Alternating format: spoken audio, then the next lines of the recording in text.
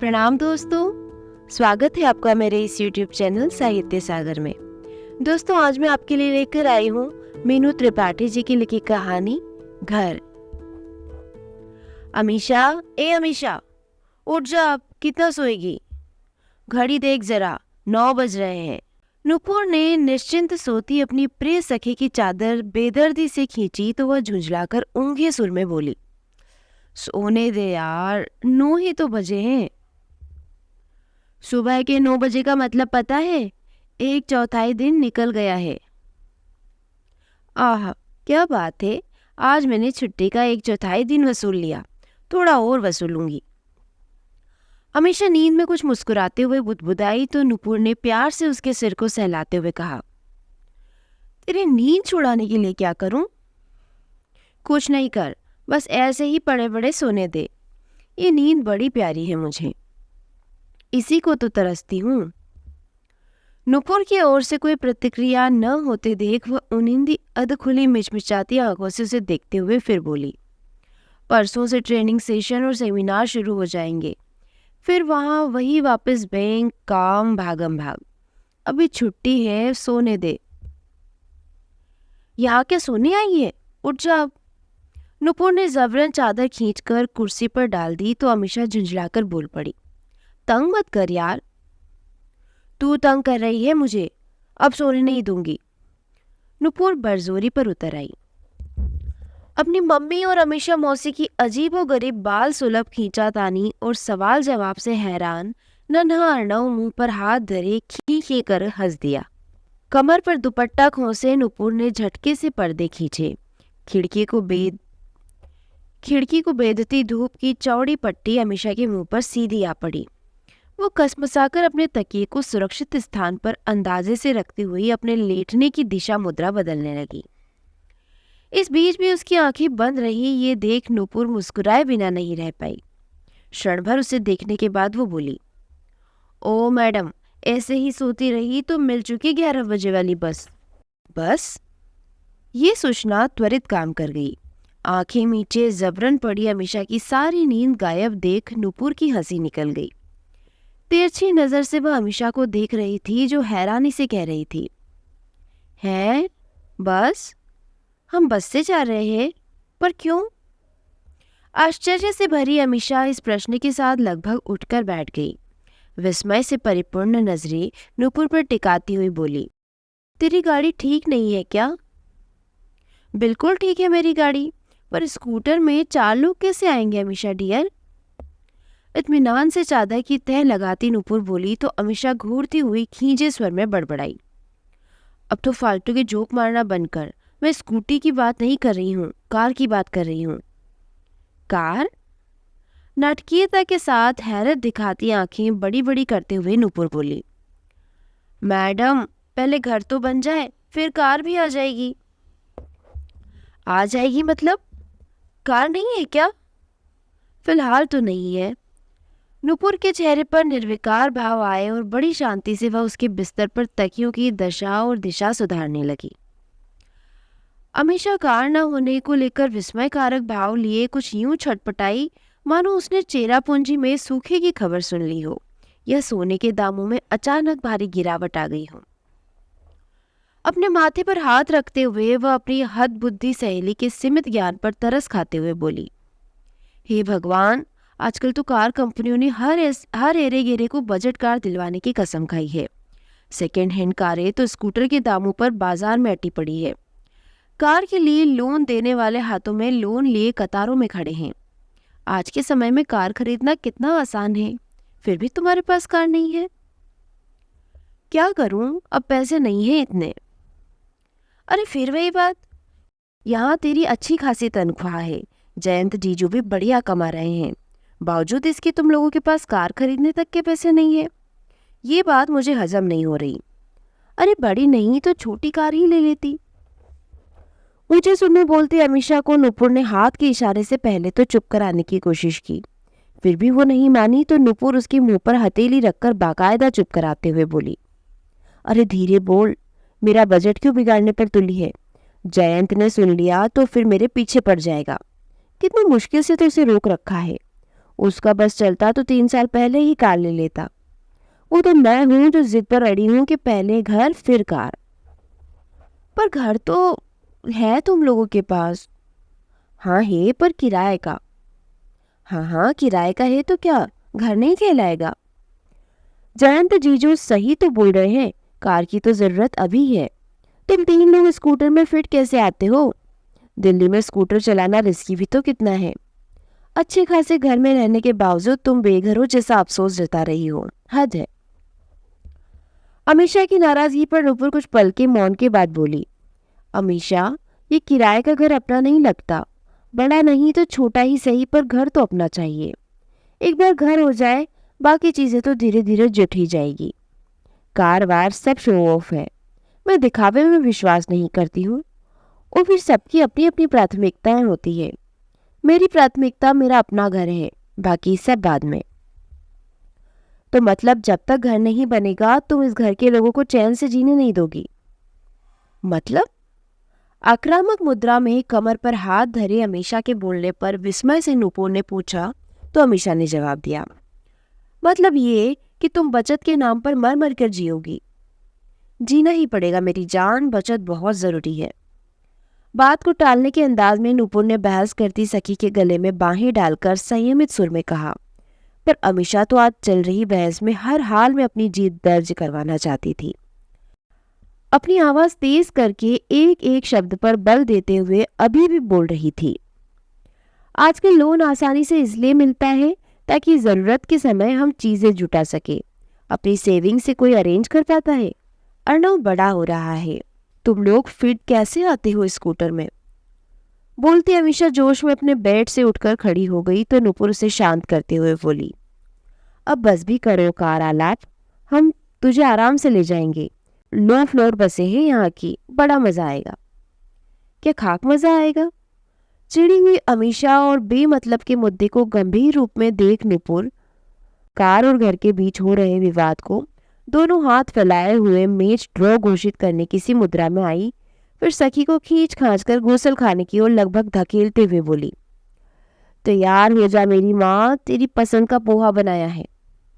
इस अद्भुत नजारे के दर्शन उपरांत अर्णव भागकर जयंत के पास लगभग हाँफते हुए पहुंचा। उसकी मम्मी उसके अलावा किसी और को भी जबरदस्ती बाथरूम की ओर धकेल सकती है, ये कल्पना से परे था। 2 बड़े लोगों के बीच बच्चों सी बहस उसके लिए कौतुक का विषय था। वैसे देखा जाए, बड़ों में पापा के ऊपर भी उसने कई बार मम्मी को रौब गांठते देखा है, पर उसमें उसे आश्चर्य नहीं होता था। हाँ, मुंह बोली मौसी के साथ अमुक व्यवहार अवश्य विस्मयकारी था। उसके नजरिए से देखें तो फिर मौसी बाहर वालों में ही शामिल है। वो अलग बात है कि बात बात में मम्मी कह उठती है कि अमीषा मौसी तो घर की है, पर यहाँ कहने और होने में फर्क उसने महसूस किया और अपने विवेक से निर्णय लिया, जो हमेशा घर में ना रहे वो तो बाहर का ही हुआ।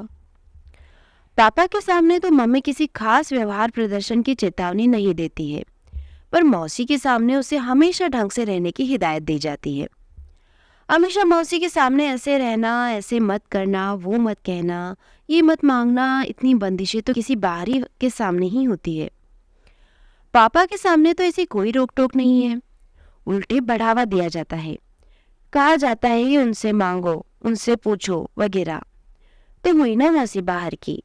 वो अपने बाल मन को समझा ही रहा था कि जयंत ने टोका, तुम्हारी मम्मी कहाँ है? यह सुनकर वह कुछ देर पहले हुई नोकझोंक को याद करके हंसने लगा। उतावलेपन में उसे जो भी समझ में आया वह जल्दी जल्दी अपनी भोली सरल भाषा में अपने पापा को समझाने में जुट गया। उसकी बातों में शब्द कम, हंसी ज्यादा थी। जयंत कुछ समझे कुछ नहीं, पर दोनों सहेलियों की अंतरंगता और नेह भरे रिश्ते को समझ भोले अर्णव की बातों पर मुस्कुरा दिए।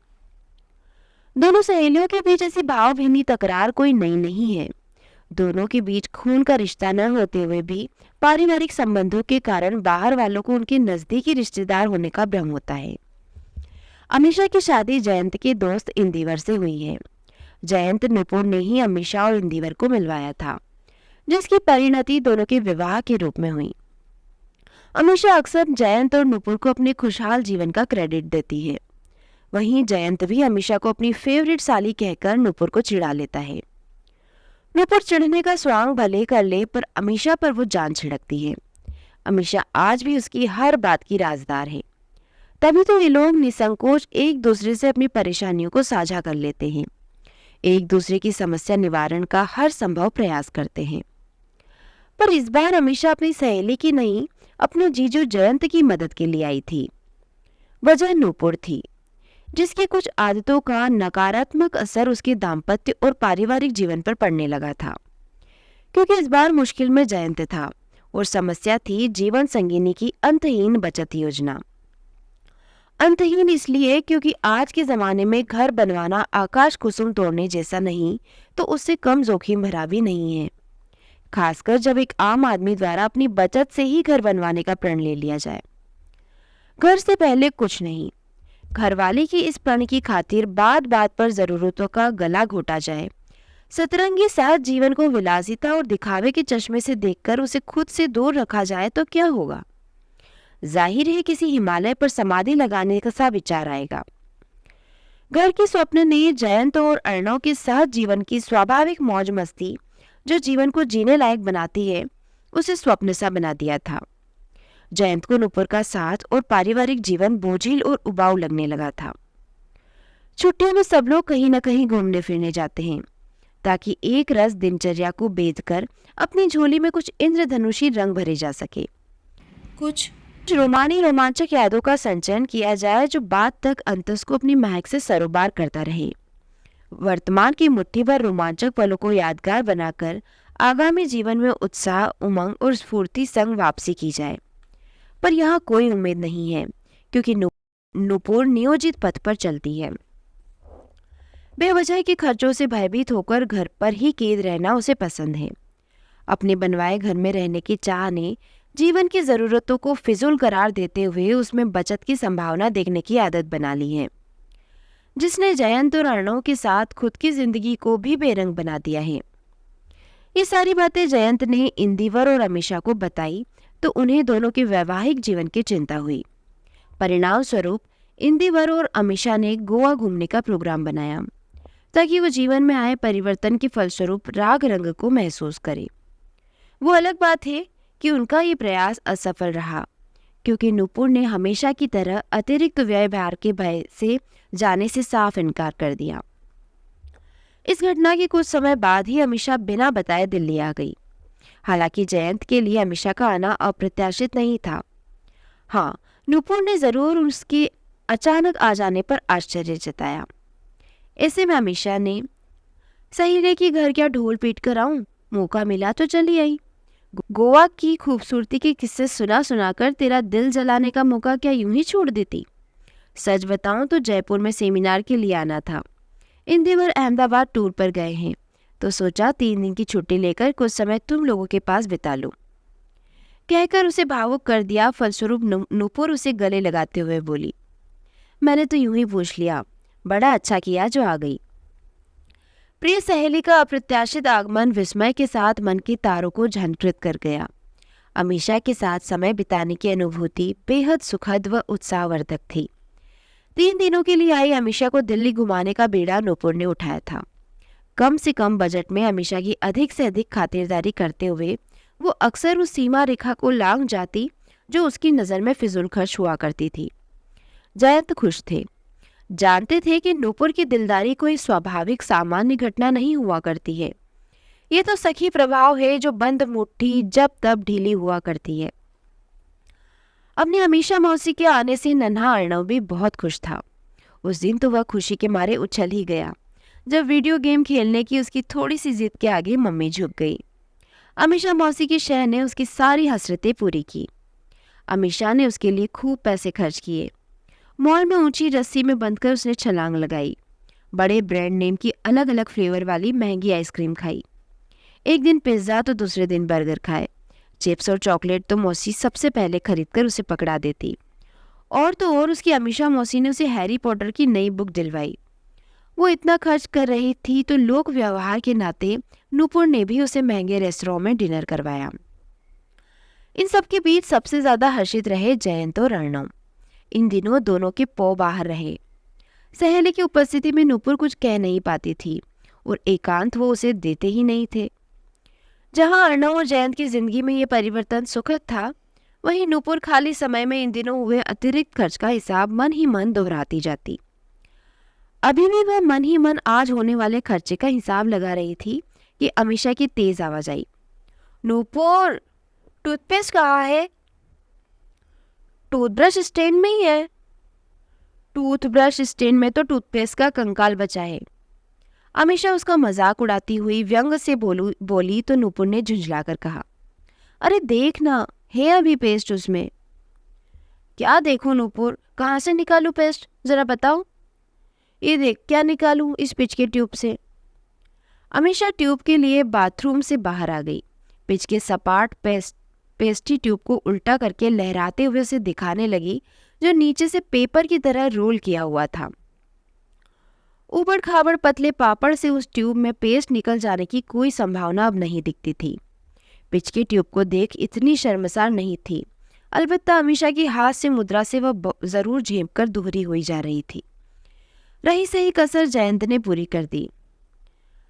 जाने कहाँ से वो अखबार लिए आते दिखे। अमीषा के हाथों में चपटी सी मुड़ी तुड़ी ट्यूब को देख चुटकी लेते हुए बोले, तुम मेहनत मत करो, इसे नूपुर को दे दो, वो इसका बचा खुचा दम निकालकर पेस्ट निकाल ही लेगी। उसकी बात पर जहां अमीषा जोर से हंस पड़ी, वहीं नूपुर खिसियाती बोली, तू रुक, मैं नया निकाल कर लाती हूँ। तुम आजकल बहुत बोलने लगे हो, जरा एकांत मिले तो समझाती हूँ अच्छी तरह। ये नूपुर ने कहा तो नहीं, पर हाँ, अपनी बड़ी बड़ी आंखें तरेर कर जयंत तक अपनी बात पहुंचा दी। फिलहाल तो उसे खुद ही अपनी सहेली से निपटने दो। इस विचार के साथ अटपटाते हुए जयंत ने अपना चेहरा अखबार के पीछे छिपाने में अपनी बेहतरी समझी। दिन भर में ऐसी बहुत सी बातें होती, जिसमें कभी अमीषा राशन पानी ले नूपुर पर चढ़ जाती, तो कभी नूपुर बहस में उसे परास्त कर देती। पर हाँ, एक बात तो तय रहती, चाहे कितना भी विवाद हो जाए, कोई किसी की बात को दिल पर नहीं लेता। किसी की कही से किसी का अनकही आहत नहीं होती। विचारों के भेद मतभेद में परिवर्तित नहीं होते। हमेशा प्रवास दौरान घर में रौनक खूब रही। दोनों सहेलियों ने स्कूल से कॉलेज के दिनों की मस्ती याद करते हुए अनेक किस्से दोहराए। दोस्ती की अंतरंगता का फायदा उठाते हुए गड़े पुराने किस्से उघाड़े गए। कॉलेज के दिनों में नूपुर के मुरीद रहे संजय उपाध्याय की याद की गई, जो नूपुर के पीछे वाली डेस्क पर बैठता था, जिसकी डायरी के पीछे के पन्नों में दिल के भीतर एक तीर बना रहता था। उस तीर की सीध में बड़े ही आर्टिस्टिक अंग्रेजी कैलीग्राफी में लिखा होता MU। किस तरह एक दिन वह कैंटीन में नूपुर को ताकते हुए ब्रेड पकोड़े के साथ पेपर नैपकिन भी चबा गया था, और कैसे वह नूपुर को अपने सामने देख हकलाने लगता था। और वो दिन तो भूलता ही नहीं। उफ, हंस हंसकर पेट में दर्द हो गया जब नूपुर को खुले बालों में देख वो 2 सीढ़ियां एक साथ उतर गया। नतीजा याद करके वो खूब हंसी। वो दृश्य आज भी आंखों के सामने आता है तो कैसे वह लुढ़कता हुआ नीचे आ गिरा, और वो भी बिल्कुल नूपुर के पैरों के पास।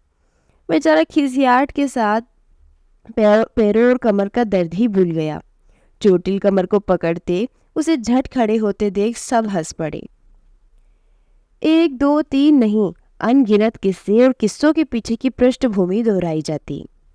कुछ दबी हंसी के साथ फुसफुसाए जाते, तो कुछ पर खुलेआम ठहाके लगाए जाते। इन सब के बीच नूपुर को खिलखिलाता देख अमीषा कभी कभी कहीं खो सी जाती। नूपुर के हंसते चेहरे में उसे शादी के पहले वाली उस बेपरवाह नूपुर का चेहरा याद आता, जिसे टेंशन की स्पेलिंग तक नहीं आती थी। उन दिनों अपने बनाव श्रृंगार रख रखाव के प्रति वह कितनी जागरूक रहती थी। आज की नूपुर और पुराने दिनों के बिंदास नूपुर के बीच अंतर कितना गहरा हो गया है। इन चंद पलों को छोड़ दे तो दौड़ती भागती काम में व्यस्त नूपुर के चेहरे पर एक उतावलापन और कभी खत्म न होने वाली चिंता नजर आती है। अमीषा उसे बारीकी से पढ़ रही थी, पर नूपुर को भान ही नहीं था कि उसकी सहेली उस पर नजरें गड़ाए उसके काम करने के तौर तरीकों और भाव प्रभाव बारीकी से जांच रही है। कहीं कोई चीज़ बर्बाद ना हो जाए, ये चीज़ बेकार खरीद ली, उसमें फालतू खर्च हो गया, इसकी कोई ज़रूरत नहीं थी। इन सब की चिंता में उसका सदैव घिरे रहना छिपा नहीं रह सका। फिजूल खर्ची के नाम पर कितनी जरूरी और छोटी छोटी चीजों पर उसका सख्त पहरा लगा हुआ था। हर चीज नाप तौल और सोच विचार के बाद इस्तेमाल में लाई जाती। खरीदने से पहले सोचने की हद पार हो जाती। ऐसे में किफायत की आदत सनक में परिवर्तित हो गई थी। जयंत जानते थे कि ये सहज किफायत नहीं है, अपितु आम भाषा में कही जाने वाली हद दर्जे की सनक भरी कंजूसी थी। अमीषा को दिख रहा था कि नूपुर का व्यवहार सामान्य नहीं है, अपितु इन सबके बीच जो सामान्य था वो दोनों सहेलियों का एक दूसरे के प्रति अटूट विश्वास, दोनों के बीच कभी खत्म न होने वाली भूत भविष्य वर्तमान को समेटे हुए ढेर सारी अनगिनत बातें, उनका दोस्ताना। तभी तो अमीषा रसोई में भी उसके साथ ही रहती। कभी कभार वह नूपुर के हाथ से काम लेने की कोशिश करती तो वह उसे प्यार से मना कर देती। अमीषा जबरदस्ती काम करवाती तो वो कुछ संकोच से धीमे स्वर में संभल कर कहती, देखना अमीषा, आलू का छिलका ही उतारना, पूरा आलू वेस्ट मत कर देना। अमीषा को हैरत से अपनी ओर देखते देख वह झट नसीहत दे डालती, छिलके को गहरा छीला जाए तो उसके साथ सारे विटामिन भी निकल जाते हैं। नूपुर काम करने से रोकती तो भी अमीषा नहीं मानती। वो तो पूरा फ्रिज पूरे हक से खोलकर खड़ी हो जाती, फिर आश्चर्य से कहती, हे भगवान, ये फ्रिज है कि कबाड़ खाना? नूपुर, तेरा फ्रिज कूड़ेदान बन गया है। क्या क्या जमा कर रखा है इसमें? छोटे छोटे डिब्बों में बची खुची पुरानी सब्जियां, ब्रेड के साइड का टुकड़े, बची जरा सी दाल, खीरे के ये 4 टुकड़े। उफ, ये क्या है? लगता है कॉलेज के चक्कर में तुझे समय नहीं मिलता। चल कोई बात नहीं, मैं आज तेरा फ्रिज साफ कर देती हूँ। नहीं, रहने दे, मैं कर लूँगी। अपनी सहेली से काम थोड़ी करवाऊंगी। नूपुर के बोलते ही अमीषा गर्दन को एक और झटकती अदा से बोली, तेरी इस बात पर तो मेरा दिल ही टूट गया। आज मैं शाम की गाड़ी से निकल जाऊंगी, क्योंकि मेहमान ज्यादा दिन नहीं रुकते। अपने स्वांग के बाद वो जवाब का इंतजार किए बिना ही साधिकार फ्रिज से सामान निकालने में जुट गई। क्या क्या भर लिया है? ये जरा जरा सी सब्जी तो किसी एक जन की भी काम नहीं आएगी, फेंकती क्यों नहीं? अमीषा की बड़बड़ाहट सुनते ही नूपुर ने उसके हाथ से बची हुई सब्जियों और दालों को वापस फ्रिज के हवाले करते हुए कहा, ये सब काम आएगी। सब्जियों और बची दाल आटे में गूंथकर स्वादिष्ट पराठे बनाए जाते हैं। मैडम, मेरे साथ रहोगी तो ये छोटे छोटे टिप सीख जाओगी। कितने देश भूखमरी से जूझ रहे हैं और हम अन्न सब्जी बर्बाद करें, ये ठीक नहीं है। मुझे बर्बादी अच्छी नहीं लगती। हाँ हाँ, मुझे भी अच्छी नहीं लगती, पर क्या इसके लिए चम्मच चम्मच भर चीजें भी रख दे? ऐसे में नूपुर ने अन्न बचाने पर जोरदार भाषण दिया। उसके अन्न बचाओ व्याख्यान से घबराकर अमीषा बोली, चाहे उसके लिए दवाइयां ही क्यों न खानी पड़े, अन्न की बचत स्वास्थ्य से बढ़कर है क्या? तुम्हारी बला से सच बात तो ये है कि ये पुरानी सब्जियां कभी काम आएगी, इस चक्कर में पहले तो फ्रिज को कबाड़ में तब्दील करो, फिर अन्न सहेज कर रखो, तब तक जब तक उसका रंग न बदल जाए। फफूंद लगने की प्रक्रिया आरंभ होते ही इसे पेट में डाल दो। ओहो, इतना भी बड़ा चढ़ा कर न बोल, फ्रिज में कोई चीज खराब होती है क्या? हाँ हाँ, फ्रिज तो ईश्वरीय वरदान है, अनंत काल तक चीजें फ्रेश मिलेगी इसमें, है ना? मान भी जा नूपुर कि तू गलत है। क्या बना दिया है फ्रिज को, खुद ही देख, जगह जगह कटोरी। अब ऐसी भी क्या किफायत? अनायास निकले शब्दों में अपनी चिढ़ वह चाहकर भी रोक नहीं पाई। उसकी बात पर नूपुर कुछ बोली तो नहीं, पर उसकी चुप्पी बोल गई कि अमीषा के बोल उसे चुभ गए हैं। सहेली को ये चुप देखकर अमीषा शांति से बोली, मानती हूं कि घर गृहस्थी के मामले में तू बहुत निपुण है, लेफ्टओवर का प्रयोग सही है, पर एक हद तक। हद से ज्यादा इन सब में पढ़ना न तो हेल्थ के लिए अच्छा है न सुकून के लिए। लाइफ को हल्के से भी लेना सीखना चाहिए। तुम्हारे लिए कहना आसान है, क्योंकि इंदिवर के पापा ने बड़ा सा घर तुम लोगों के लिए रख छोड़ा है। एक घर अपनी सेविंग से बनवा कर तो देखो, आटे दाल का भाव पता चल जाएगा। तुम मेरी जगह पर खड़ी होकर सोचो, फिर पता चलेगा मनचाहा पाने के लिए कैसे कैसे समझौते करने पड़ते हैं। मानती हूँ नूपुर, मैं तुम्हारे घर खरीदने का विरोध नहीं कर रही हूँ, बस ये समझाने का प्रयास कर रही हूँ कि जहाँ तुम अपने परिवार के साथ हो, जब तक हो, उसे भी घर बनाने की जिम्मेदारी तुम्हारी ही है। समझती हूँ, पर असल चैन तो अपनी छत के नीचे ही मिलता है। नहीं, यहाँ तो अब भी गलत है। जो है उसकी उपेक्षा करो, जो नहीं है उसके पीछे भागो और चैन गवाओ। ये कहाँ की अक्लमंदी है? कहना आसान है हमेशा, पर कल के सुख की खातिर आज की खुशियों में थोड़ी बहुत कटौती जरूरी है। थोड़ी बहुत डियर, थोड़ी बहुत। पर तुम हद के समंदर पार कर रही हो। कोई समंदर पार नहीं किया मैंने। तुम नहीं जानती जयंत को फिजूल खर्ची की कितनी आदत है। और रही आयनाओं की बात, तो उसे अभी से सेविंग सिखाना जरूरी है। उनको पता होना चाहिए कि ख्वाहिशों का कोई अंत नहीं है। बड़ी खुशी पाने के लिए छोटी छोटी इच्छाओं का परित्याग जरूरी है। निफर की जिरह पर वह कुछ पल मौन रहने के बाद बोली, आज जो तुम छोटी छोटी ख्वाहिशों को नकारते हुए जयंत और अर्णव की खुशियों को मारकर सेविंग कर रही हो, उससे तुम्हारे घर का सपना तो कल जरूर पूरा होगा, पर आज अधूरा रह जाएगा। बात के लिए रखी चीजें अपना स्वाद रंग बदल देती हैं, फिर चाहे वो खाने की चीजें हों या हमारा रहन सहन, हमारी इच्छाएं। सबकी कीमत एक नियत वक्त तक ही सीमित है। हमारा कल हमारे आज पर भी निर्भर करता है, निर्लिप्त भाव से नूपुर ने कहा। बात को रबर की गेंद की तरह टप्पा लगाकर वापस अपनी जगह पहुंचता देख अमीषा को हंसी आ गई। माहौल को हल्का बनाने की गरज में वह हंसते हुए बोली, ये सुक्तियों वाली भाषा तो मत बोल। 100 बात की एक बात यह है कि जरा अपनी शक्ल देख कैसी हो गई है।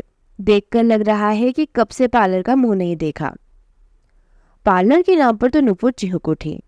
आज बहस का कोई अंत नहीं था। मुद्दा घर से भटका तो ब्यूटी पार्लर में प्रवेश कर गया।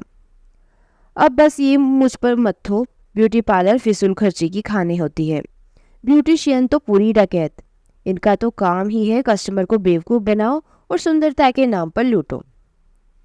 नूपुर के बड़बाने पर जल्दी से कान में उंगली डाले अमीषा मस्ती से बोली, बस बस, आज का एजेंडा मिल गया है। तुम मेरे साथ ब्यूटी पार्लर जाओगी, ये तय है। वहां से वापस आने के बाद पार्लर वालों के खिलाफ फायदे नुकसान की रिपोर्ट तैयार कर लेना। आज के 4-5 घंटे ब्यूटी पार्लर के हवाले। कल सेमिनार में मुझे भी तो सुंदर दिखना है। नूपुर की हाय तौबा और ब्यूटी पार्लर को लूट खाने बताने वाली नूपुर की परवाह किए बगैर अमीषा उसे जबरदस्ती पार्लर ले गई। वहां काम करने वालों के हाथों और बोली में मानो सम्मोहिनी घुली थी। कितने पैसे बर्बाद हो रहे हैं, इस बारे में ज्यादा देर वह सोच विचार नहीं कर पाई। चांदनी रात में नौका विहार से खुमारी ने उसे मदहोश सा कर दिया। ब्यूटिशियन के हल्के हाथों की लयबद्ध थाप और वहां बजते मधुर संगीत ने तो उसे दूसरे लोक में पहुंचा दिया था। मीठी बोली के साथ सेवा की जा रही थी। गुनगुने पानी में पैरों को डुबोया जा रहा था। सेवा में जुटी लड़कियों ने उसे महारानी होने का सा एहसास दिया। वैक्सिंग की खींचती स्ट्रिप्स में होने वाला दर्द स्वयं ही स्निग्ध त्वचा को देख खुद ब खुद दूर हो जाता था। बार बार वह अपनी कोमल स्निग्ध त्वचा पर हाथ फेरती तो ऐसा लगता मानो उसका कायाकल्प हो रहा हो। नुपुर पर जैसे मोहिनी सी छा गई थी। नख से शिख तक एक के बाद एक ट्रीटमेंट लेती गई। पार्लर से निकलते समय जब उसे भारी बिल थमाया गया तो वह अपराध बोध से भर उठी। यहाँ अमीषा ने साफ कर दिया था कि दोनों अपने अपने बिल का भुगतान करेंगी। बाहर निकलते ही उसने अमीषा पर ताना मारा, आज तो मैं तो अप्सरा ही लग रही होंगी। अप्सरा का तो पता नहीं, पर हाँ तुम मेरी पुरानी वाली नूपुर जरूर लग रही हो। वायदा करो हर महीने आओगी। हर महीने ऐसी फिजूल खर्ची की तो बन चुका मेरा घर। घर को छोड़ो, घर वाले को देखो। ऐसी बहरौनक रही तो कहीं और दिल लगा लेंगे हमारे जयंत जीजू। रहने दो, कुछ भी बोलती हो। जयंत ऐसे नहीं है। इस बार सहेली का ताना उसे कुछ चुभ गया। पार्लर में हुए खर्चे से उत्पन्न अपराध बोध से पल भर मुक्त होती भी तो अगले पल वह उसे फिर दबोच लेता और वह हमेशा से पूछ बैठती, कैसी लग रही हूँ? कुछ फर्क पड़ा क्या? सच सच बताओ, मुझे तो कोई फर्क नहीं लग रहा है। बेकार में ही 2,500-3 हजार का चूना लगा दिया। हमेशा जानती थी खुद पर किए खर्चे के अपराध बोध से निकलना उसकी सखी के लिए आसान नहीं था। घर आकर वह अपनी जाने की तैयारी करने लगी। चुपचाप बैठी नूपुर की आंखें अमीषा ने सहसा बंद की, फिर यूं ही आंखें बंद रखने की हिदायत देते हुए जल्दी से उसके कंधे पर कुछ डाला। मखमली एहसास को उंगलियों से महसूस करते ही उसने चट से आंखें खोल दी। अपने ऊपर नीले रंग की कशीदाकारी पहचानी सी साड़ी देख उसके मुंह से आह निकल गई। अरे, ये कहाँ से आ गई? ये साड़ी तो उसी दिन तुमसे दिल लगा बैठी थी जब हमारी नुपुर रानी ने बड़े प्यार से इसे निहारा था। तुझे क्या पता, ये तो उसी पल तुझ पर लट्टू हो गई थी। तुम तो बेदर्दी से इसे उसी शॉप में छोड़ आई, पर मुझे इस पर तरस आ गया और मैं इसे तुम्हारे पास ले आई। अब तुम इसे गले लगाकर इसका और मेरा दिल रख लो, मेरी प्यारी बहना। क्या बेकार की बातें बना रही है? साड़ी मुझ पर लट्टू हो गई? अब ये भी बोल दे कि ये मुझसे लिपटने को बेताब थी। हाँ तो क्या? पागल है तू, क्या जरूरत थी इतना खर्चा करने की?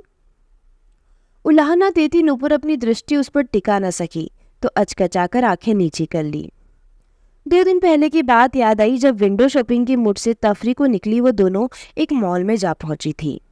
चकाचौंध से भरी साड़ी की दुकान में घुसते ही नुपुर की नज़र एक नीली साड़ी पर पड़ी। शिफॉन की साड़ी पर महीन धागों से की गई कशीदाकारी दिल में उतर गई थी। सबकी नज़र बचाकर टेक उठाया तो 6,000 कीमत पर नज़र पड़ते ही उसने उस साड़ी पर से हाथ जल्दी से हटा लिया। उसकी नज़रों को पड़ते हुए अमीशा ने टोका, अच्छी लग रही है तो ले लो। फालतू है, कहकर वह आगे बढ़ गई।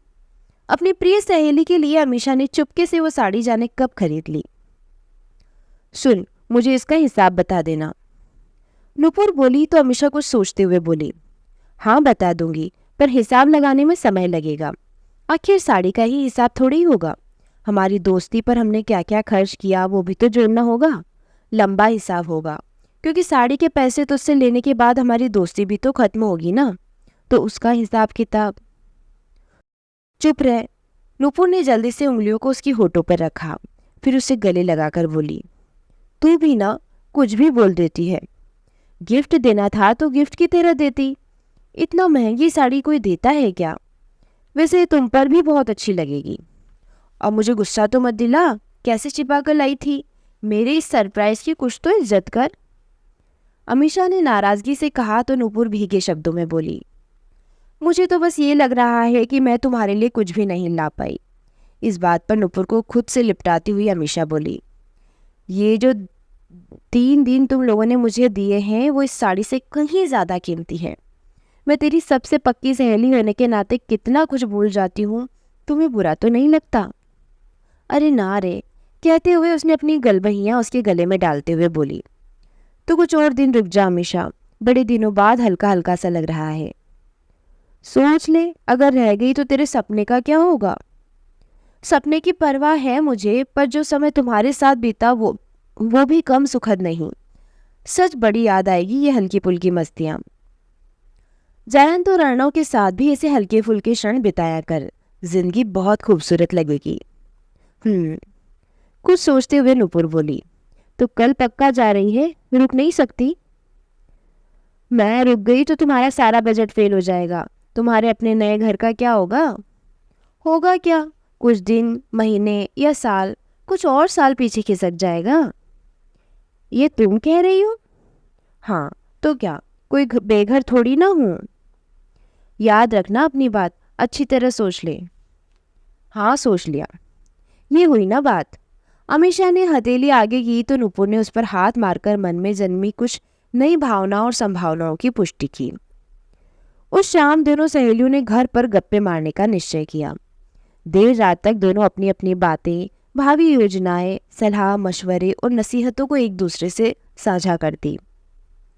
रात को जयंत उनकी बातों में शामिल होने के इरादे से आए और बहाने से बोले, भाई तुम लोगों का आज सोने वोने का इरादा है या नहीं?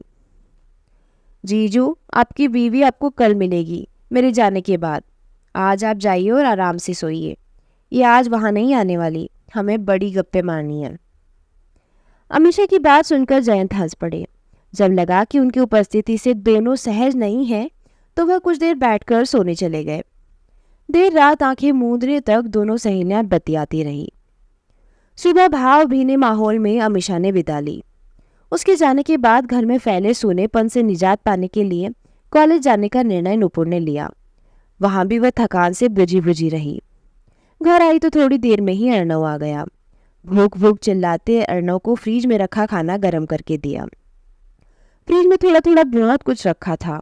शाम को लिफ्टेर से काम चलाने का निश्चय कर वह बिस्तर में जो जा पड़ी तो आंखें जयंत के आने पर ही खुली। कब शाम हो गई पता ही नहीं चला। वाले घर को समेटते हुए कुर्सी पर रखे साड़ी के पैकेट को खोला तो अमीषा की याद आ गई। आईने में चेहरा देखा तो पाया पार्लर वालों की मेहनत जाया नहीं गई थी। अमीषा की दी हुई साड़ी को कौतूहलवश उठाया। जैसे ही तह खुली, अमीषा का लिखा हुआ पत्र गिरा। कौतुक से उसे उठाया तो पढ़ती ही चली गई। मेरी प्यारी सखी, कितनी सुंदर लग रही है इस साड़ी में, बिल्कुल खिली खिली सी। तेरी जिंदगी भी इतनी सुंदर हो, यही मेरी कामना है। अपने चेहरे की रौनक को चिंताओं के हवाले करके मुरझाने मत देना।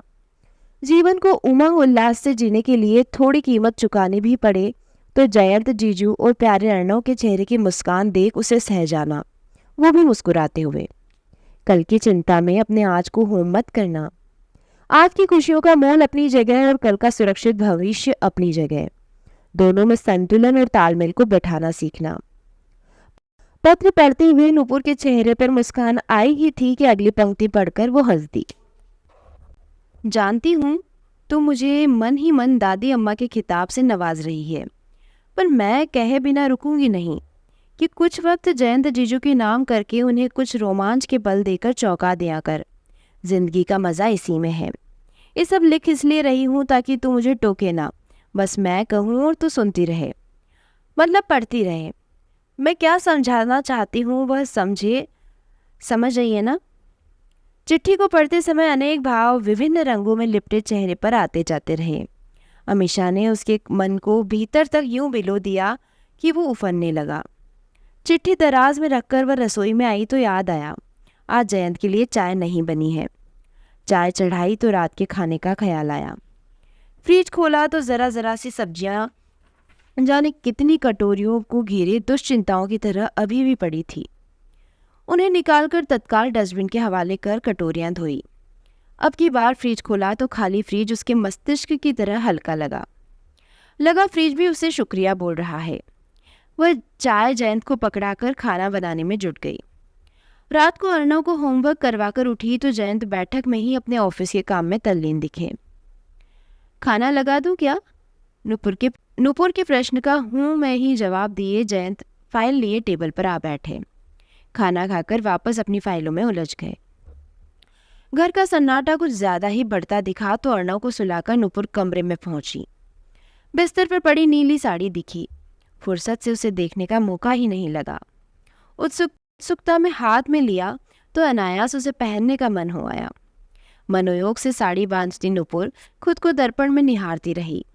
रंग खिल रहा था, फिर भी बिना मेकअप के उसके चेहरे से साड़ी की सुंदरता कुछ फीकी सी लगी। ड्रेसिंग टेबल की ड्रॉर खोलकर देखा तो मेकअप का पुराना सामान कब से धूल मिट्टी खाया पड़ा था। कुछ बदरंग डिब्बों शीशों के ढक्कन गायब थे। पुराने पड़ चुके प्रसाधनों की रंग महक उड़ चुकी थी। लिपस्टिक तो इतनी चिकट हो गई थी कि उसको लगाते डर लगता। क्यों अभी तक संभाल कर रखी गई थी ये साफ साफ समझ नहीं आया, पर आज उसने उन सबको हटाकर कुछ जगह बनाई। अमीषा के साथ खरीदे हुए सौंदर्य प्रसाधनों को पैकेट से निकाला और ड्रेसिंग टेबल पर सजाते हुए उनके शेड चेक करने लगी। शेड चेक करते करते वह खुद को बेख्याली में संवारती गई। दर्पण पर नजर पड़ी तो लगा नई नुपुर खड़ी है। चेहरे से मेल खाती साड़ी की सुंदरता और चमक बढ़ी हुई लगी। साड़ी सुंदर थी, बहुत सुंदर नहीं, वह साड़ी में सुंदर दिखी, बहुत सुंदर। आज वह आत्ममुग्ध थी। ब्यूटी पार्लर में कायाकल्प हुआ या अमीषा कोई जड़ी बूटी सूंघा गई या कुछ उसकी सोच बदल गई या शायद वो खुद अपने रसहीन मशीनी जीवन से उकता गई थी। कुछ ठीक ठीक समझी तो कुछ नहीं। सजी सवरी नुपुर खुद को कैमरे में कैद करने का मोह छोड़ नहीं पाई। बदला रूप और नजरिया ताजगी से भरे थे। उसे खुद में उठती एक अजीब सी सिहरन साफ महसूस हुई, मानो मन में दबा कोई राज खुलने वाला हो। स्फूर्ति से कैमरा उठाए वो जयंत के पास चली आई। अपने ही सौंदर्य बोध से उसके गाल रक्तिम हो रहे थे। जयंत अप्रत्याशित रूप से अपनी पत्नी को सजा सवरा देख हतप्रभ हो गए, पर प्रत्यक्ष में नुपुर बड़ी अदा से उसके हाथ की फाइलों को लेकर एक तरफ बेरुखी से रखते हुए अपनी बाहों को उसके इर्द गिर्द लपेटते हुए पूछ रही थी, कैसी लग रही हूँ? उसकी आंखों में थोड़ी शरारत, थोड़ा गर्व और स्वाभाविक नारी सुलभ सकुचाहट झलकते देख उसके मुंह से शब्द तो नहीं निकले, पर अपनी अभिसारिका पत्नी को टक टक ही लगाए देर तक देखता रहा। लंबे अंतराल के बाद नुपुर के मन भीतर कुछ नया और कुछ पुराना पहचाना सा स्पंदन हुआ, मानो कुछ चटका हो। मन धड़का तो उसे संभालकर कुछ चंचलता से उसने टक टक ही लगाए जयंत को पुकारा। सुनो, कुछ दिनों के लिए कहीं बाहर घूमने चले? क्या? कहाँ? हैरत से फैलती सिकुड़ती जयंत की जरूरत से ज्यादा ड्रामेटिक आंखों को देखती वह जल्दी से बोली, गोवा चलते हैं, अपने सेकेंड हनीमून के लिए। नूपुर के कहने पर जयंत ने उसे ताना मारा, पर अभी तो हमारी शादी को 25 साल नहीं हुए हैं। हम 25 साल पुराने कपल की तरह बिहेव करने लगे हैं। सारा रोमांस हवा हो गया है जयंत। वो उसके कानों में फुसफुसाई तो जयंत ने भी उसकी नकल करते हुए कानों में फुसफुसा कर ही कहा, तुम्हें ऐसा लगता है? क्यों, तुम्हें नहीं लगता क्या? नूपुर कुछ तेवर से आंखें मटकाते हुए बोली तो उसी सुर में जयंत ने कहा, लगता भी है तो क्या? जयंत के जवाब पर नूपुर अरे कहकर पल भर को रुकी, फिर बोली, चलो कुछ एक्साइटिंग करते हैं। पक्का? पक्का। बदलोगी तो नहीं? कभी नहीं। नूपुर के कहते ही जयंत ने उसे प्यार से अपनी ओर खींचा, तो बोलो कितना एक्साइटिंग करें? जयंत के अधर उसके कानों को स्पर्श करते फुसफुसाए तो उसकी शरारत पर नूपुर शर्म से दोहराती जयंत के सीने से लगकर कुछ लाड़ से धीमे सुर में अस्फुट शब्दों में बोली, ये मतलब थोड़े ही था। मैं तो जयंत की बलिष्ठ बाहों में सुध-बुध बिसराती नूपुर को संभाल लिया था। शब्द नहीं थे वहां पर। भूला बिसरा विगत के पन्नों में लिपटा परिचित बिछड़ा एक मीठा सा एहसास उनकी सांसों में घुल रहा था। एक अरसे के बाद दो प्रेमियों ने अपने प्रेम और समर्पण से रात को रात रानी सा महकाकर उसमें चांदनी भर दी थी। रात की खुमारी सुबह तक भी नहीं टूटी। नूपुर को गहरी नींद में सोते देखकर जयंत ने धीरे से मोबाइल उठाया और अमीषा को मैसेज किया, हमारी जिंदगी में रंग भरने के लिए शुक्रिया। थोड़ी ही देर में मैसेज का जवाब आया, माय प्लेजर। जीजू, मैं और इंदिवर उदयपुर में हैं। सेमिनार में बड़ा गंभीर विषय है, रोमांस को जीवित रखने के नुस्खे। एक बड़ी स्माइली का जवाब भी स्माइली से देते हुए जयंत ने तुरंत इंदिवर को मैसेज किया, सपोर्ट के लिए थैंक्स। जवाब में अमीषा का ही मैसेज आया, मेरी सबसे प्यारी सहेली की हंसती खिलखिलाती रंगों से भरी तस्वीर का इंतजार रहेगा। जयंत उसके मैसेज को पढ़कर मुस्कुरा दिया। सुबह नूपुर ने अमीषा को फ़ोन किया, कैसा रहा तेरा सेमिनार? अच्छा रहा, अभी 2 दिन और है। क्या क्या करवाते हैं तुम्हारे बैंक वाले? मैं तो ये पूछने के लिए फ़ोन किया था कि हम गोवा जा रहे हैं, तुम लोग भी आओगे क्या? अमीषा ने नूपुर को सेमिनार और काम का हवाला देकर मना कर दिया था, पर नूपुर गोवा जाने को लेकर उत्साह से भरी बोल रही थी। अपने काम में इतना मत डूब जा कि जिंदगी की खुशियां रास्ता बदल ले और पता भी नहीं चले। सेमिनार के बाद थोड़ा इंदिवर के साथ समय भी बिताना। नूपुर का संज्ञान लेते हुए अमीषा और इंदिवर की हंसी का अंदाजा लगाकर जयंत मुस्कुरा दिए। वो इस बात को समझते थे कि नूपुर के जीवन में आया बदलाव संभव नहीं होता अगर इंदिवर और अमीषा उसके साथ खड़े न होते। नूपुर के नीरस और एक रस जीवन जीने की शैली उसकी प्रिय सहेली ही बदल सकती थी। जिस तरह अमीषा ने उसके लिए थोड़े से छल का सहारा लिया, वो उसका एहसानमंद रहेगा। सुनो, आज घर जल्दी आ जाना। कहते जयंत विचारों से बाहर आया और यूं ही धीमे से मुस्कुरा दिए। आज घर घर लग रहा था। दीवारों छतों से घिरे मकान में हिसाब किताब बजट जैसे भारी भरकम शब्दों के बीच भावनाओं और इच्छाओं ने भी घुसपैठ कर ली थी। अब मकान घर में तब्दील होने से भला कौन रोक सकता था। दोस्तों, ये प्यारी सी कहानी यहीं समाप्त होती है। कहानी आपको कैसी लगी मुझे कमेंट बॉक्स में लिखकर ज़रूर बताइए। दोस्तों, मेरे द्वारा सुनाई गई कहानियाँ आपको पसंद आ रही है तो प्लीज़ वीडियो को लाइक कीजिए और चैनल को सब्सक्राइब कीजिए।